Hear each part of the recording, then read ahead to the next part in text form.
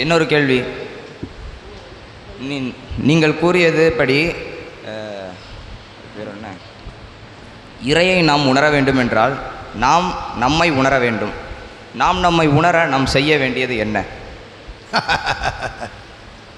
இன்னும் காலகட்டங்கள் உமக்கு உள்ளது.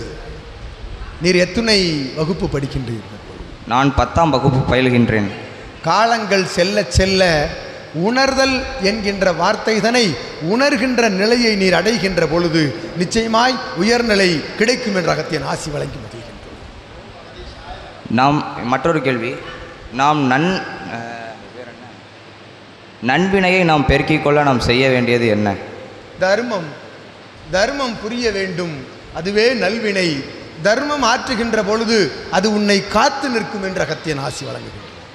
எனக்கு தர்மம் என்றால் கூடுதல் விளக்கம் வேண்டும். எதிர்பார்ப்பு பலன் பிரதிபலன் எதிர்பாராது போகிற போக்கில் செய்துவிட்டு செல்வது தர்மம் என்று உரைக்கின்றோம் அகத்தியன். மிக்க நன்றி. உங்களது உரையை நான் சிரம் தாழ்ந்து ஏற்கின்றேன். தமிழோடு தமிழ் உரையாடிய அற்புதமான ஆற்றல் கொண்ட சற்சங்க விழா இதுவென்று யாம் ஆசி கூறி மகிழ்கின்றோம். நீர் இன்னும் உமக்கு இருக்கும் நிலையை உரைக்க அகத்தியனுக்கு ஆனந்தமாக உள்ளது. நீர் ஏதும் வினா இருந்தால் தொடு சீடனே. உணர்தல் நிலையை அடைய என்ன செய்ய வேண்டும் என்று வினவினாய். அகத்தியன் அகவை குறைந்த பொழுதும் உரைக்கின்றோம். பிரம்ம முகூர்த்த வேலைதனில் நீர் எழுந்து விடுவாய் அல்லவா? ஆதவன் சூரியன் உதிப்பதற்கு முன்பாக எழுந்து விடுகின்றாயா? அவ்வாறு எழுந்தவுடன் காலை கடன்கள் உம்முடைய அங்க சுத்தி இல்லாது ஆத்ம சுத்தி பெற்று, காலை கடனெனில் நீர் ஆற்றுகின்ற அத்தகைய உடல் உபாதைகளை நீக்கி இயற்கை உபாதைகளை நீக்கிய பின் அகத்திய நாமத்தினை 21 முறை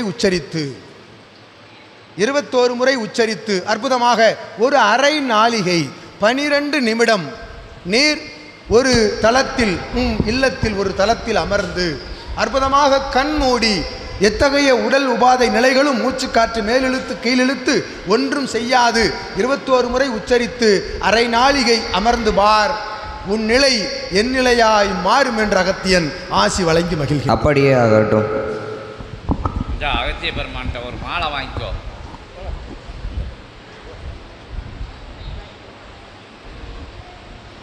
உனது தமிழுக்கு தமிழின் பரிசென்று அகத்தியன் வாழ்த்தி மகிழ்கின்றோம். ஓம் அகதீஷாய நமக. ஓம் அகதீஷாய நமக. ஓம் சிவமகா வாழை சித்தரே போற்றி.